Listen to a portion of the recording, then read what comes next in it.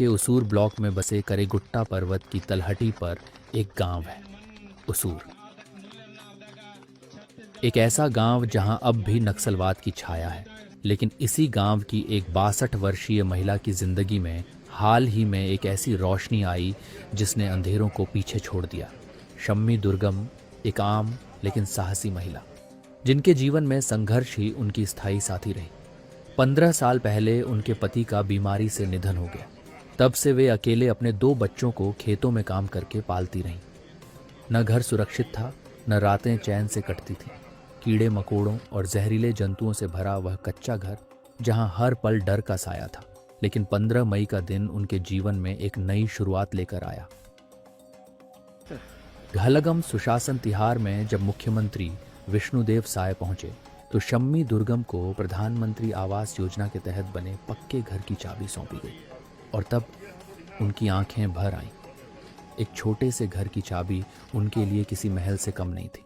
भावुक होकर उन्होंने मुख्यमंत्री का हाथ चूमा और कहा, अब डर नहीं लगता, अब चैन से सो पाऊंगी। उनके चेहरे पर वो मुस्कान थी जिसे शब्दों में बयां करना मुश्किल है। एक माँ की आंखों में तसल्ली थी कि अब उसके बच्चों के सिर पर छत है।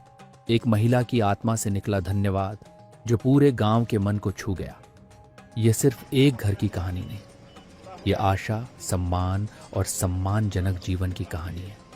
सरकार की योजनाएं जब जमीन पर पहुंचती हैं तो वो आंकड़े नहीं, जिंदगी बदलती है।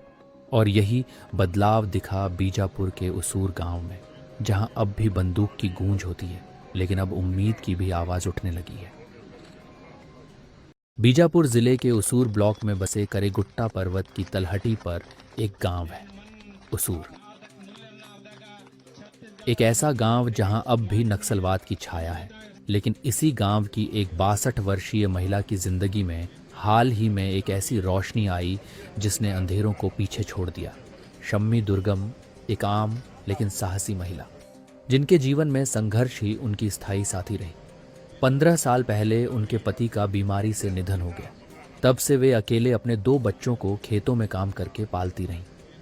न घर सुरक्षित था, न रातें चैन से कटती थीं। कीड़े मकोड़ों और जहरीले जंतुओं से भरा वह कच्चा घर जहां हर पल डर का साया था। लेकिन 15 मई का दिन उनके जीवन में एक नई शुरुआत लेकर आया। घलगम सुशासन तिहार में जब मुख्यमंत्री विष्णुदेव साय पहुंचे तो शम्मी दुर्गम को प्रधानमंत्री आवास योजना के तहत बने पक्के घर की चाबी सौंपी गई। और तब उनकी आंखें भर आईं। एक छोटे से घर की चाबी उनके लिए किसी महल से कम नहीं थी। भावुक होकर उन्होंने मुख्यमंत्री का हाथ चूमा और कहा, अब डर नहीं लगता, अब चैन से सो पाऊंगी। उनके चेहरे पर वो मुस्कान थी जिसे शब्दों में बयां करना मुश्किल है। एक माँ की आंखों में तसल्ली थी कि अब उसके बच्चों के सिर पर छत है। एक महिला की आत्मा से निकला धन्यवाद जो पूरे गांव के मन को छू गया।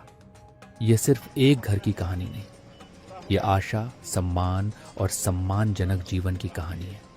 सरकार की योजनाएं जब जमीन पर पहुंचती हैं तो वो आंकड़े नहीं, जिंदगी बदलती है।